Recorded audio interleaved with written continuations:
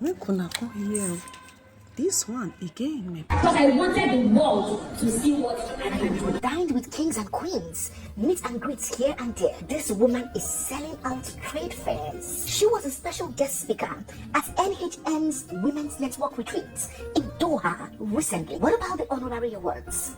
Coming in like they are going out of fashion. She is an honorary winner at Africa's 100 Most Influential Women's Award. And just recently again, she went home with Africa's top 100 most impactful brand influencers. My name is Ambassador May, Edochie, formerly known as May. I am profoundly honored to accept this distinguished recognition as one of the 100 most influential women in Africa. This is just to mention but a few, because I don't want this video to just drag about me listing this woman's achievements. And once again, I fold my arms and ask, what is going on? She chose life, she chose peace, and she chose dignity. She chose starting all over. She was in deep waters and she had to make a choice fast. She could choose to set up a pity party and wallow in misery and agony, or she could choose to dust herself up and rise again. She could choose to self-preserve, or she could choose to self-destruct. Oh, she could choose to either swim and keep her head above water, or she could choose to give up and drive to rock bottom. What was it gonna be? And then she looked her left and looked her right and picked the biggest lemons that were thrown at her. The very big one that hit her in the forehead, the one that gave her a sucker punch. She picked the biggest lemons and she squeezed and she made a lemonade.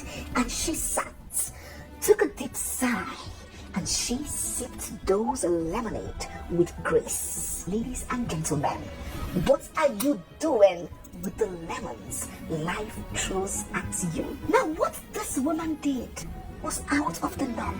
It wasn't customary, it wasn't usual, it wasn't typical. She was going against what was normal. She was swimming against the tides. And when anyone chooses to swim against normalcy, against the tides, the water is going this way, going this way, it is always more difficult. It is more challenging because people will see you and look at you and think you are crazy. How dare you? Can't you see that this is what everybody else is doing? Why are you the only one facing this way? How dare you refuse to accept what our mothers and their mothers before them have been accepting? How dare you choose to divorce your husband just because he picked second wife? Who do you think you are? Queen Eliza? Don't worry, you go there here, you go old. Who go marry person? We don't born for picking. Who go marry you? All these married women that will leave their husbands just because of adultery and now end up becoming a married man's side chick.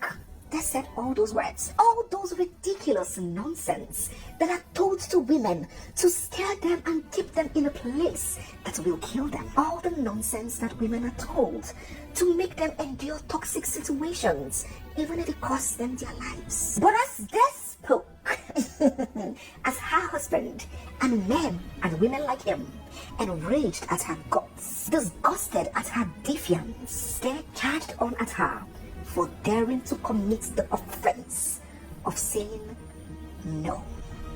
But she stayed deaf to the noise. Oh no, she was focused. She was rising. She was reinventing herself. And while she did, her crown never tilted for a second, because she knows exactly who she is and what she wants. And she knows that one with God is majority. And she kept on going.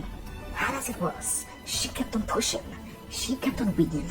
She kept on breaking new grounds. Oh, she was conquering and she was winning. She didn't sit there in her vomit, praying and waiting for karma. She knew that her success was karma. Oh no, did you hear me?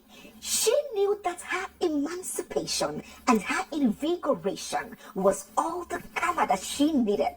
And she got it. She emerged unburnt from the fires that were lit to engulf her. And there she was, ashore, coming from the storm that was made to consume her. She was reborn, and she is Queen May Edochie. While the weapon fashioned against her and his concubine remain a social media caricature, dancing and making a cartoon of themselves. Do you think she has forgotten her son? Do you think she can erase the 20 years or more that she puts in with that man? Do you think she would ever forget? Do you think the trauma and the horror will disappear? Do you think she doesn't relapse? She doesn't face flashbacks? Do you think there are days that she doesn't feel like shit? Of course, when morning comes, she gets up and she puts on some lip gloss and she gets up and shows up. She simply refused to be a victim, the victim swallowed by her trauma. She refused to let the people who put her down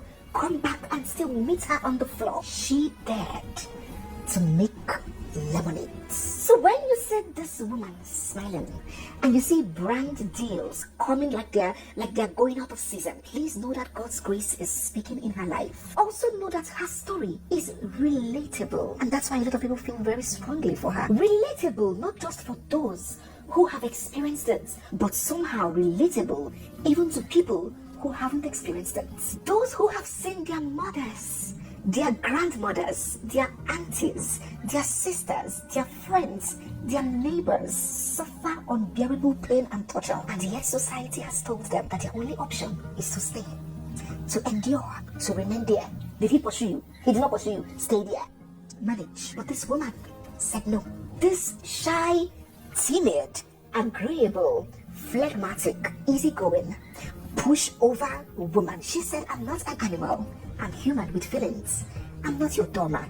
I'm deserving. She did, and she said no. And while at it, exuding courage, strength, grace, charm, decency, and most especially ruggedness. So we are not celebrating divorce as it is put. We are not celebrating divorce in the literal sense of things. We are celebrating unwavering strength in the face of adversity. We are celebrating a woman who life has given every reason to stay down, but yet she chose to come up. We celebrate a woman who has demonstrated that it is okay to have values and principles of your own. A woman who has exemplified that choice is an inalienable right given by God, and we are all at liberty to exercise it. The story of me, Edochie, is a lesson for everyone, not just women, even men. Some of us have been dealt life's toughest blows: grief, loss, financial challenges,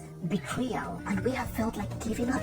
This story should motivate you that now who give up, lose. Her name is Queen May Edochie, and she is the woman who simply said no. It's me, your girl, Barrister Neze, and this is Nezeville.